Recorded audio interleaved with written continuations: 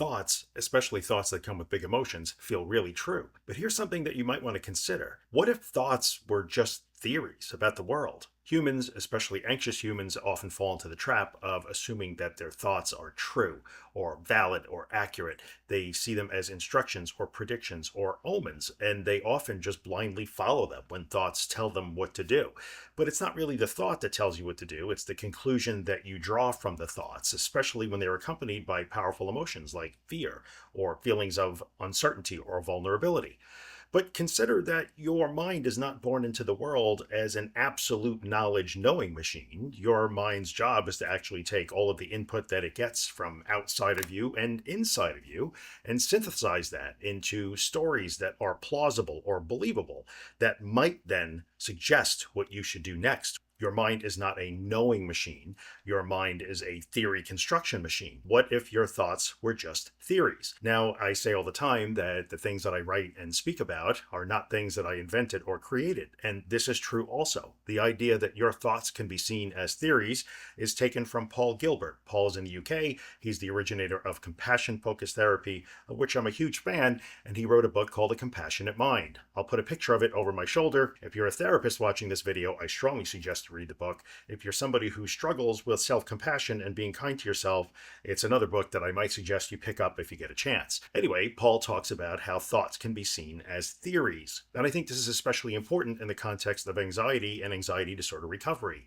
where we get tricked regularly on the daily into believing that our thoughts are absolutely real and unassailable and must be followed blindly and without question. Fear is a real motivator. Anxiety is a motivator. But if you feel like you are being dragged around against your will all the time by your thoughts and you wish you could stop that, or you wish you could stop the thoughts, well, there's two things to consider. Number one, you can't just decide to stop thoughts. We can decide what to think. We can never decide what not to think. But that's not all bad news. What you can do when you find that you are triggered into a really uncomfortable, maybe frightened or anxious state by the presence of thoughts and associated emotions, stop for a second. Maybe take a little breath. Consider that your thoughts might be theories.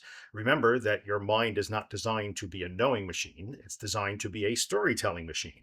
It's designed to create theories that are plausible and believable enough that they may inform action for you. So what if the idea that you need to escape or be saved or instantly calm down or prevent some sort of horrible disaster from happening is just a theory? What if it's one possibility out of millions of possibilities that occur on the daily in any human life? What if this is just one particular interpretation that your brain came up with, that's what it's designed to do, based on all of the input that it has in the moment, much of which comes from inside of you? But also remember that that input is based on past experiences or culture or beliefs or values and memories. So there's a lot that goes into this, and your brain is just doing the best it can.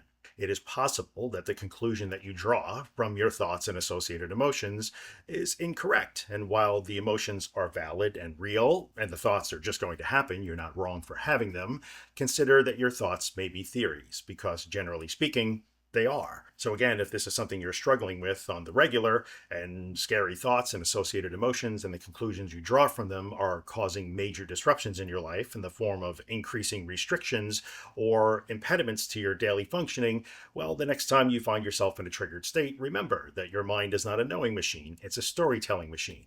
What if that story, that theory, is only one of many possibilities? What would change if that were to happen? And I promise it's safe for you to try this. If you liked this video and you got something out of it, found it helpful, maybe consider liking the video by hitting the like button. While you're at it, maybe consider subscribing to my YouTube channel. But likes and subscribes notwithstanding, I appreciate you taking the time to watch. I hope you get something out of it, and I'll see you in the next video.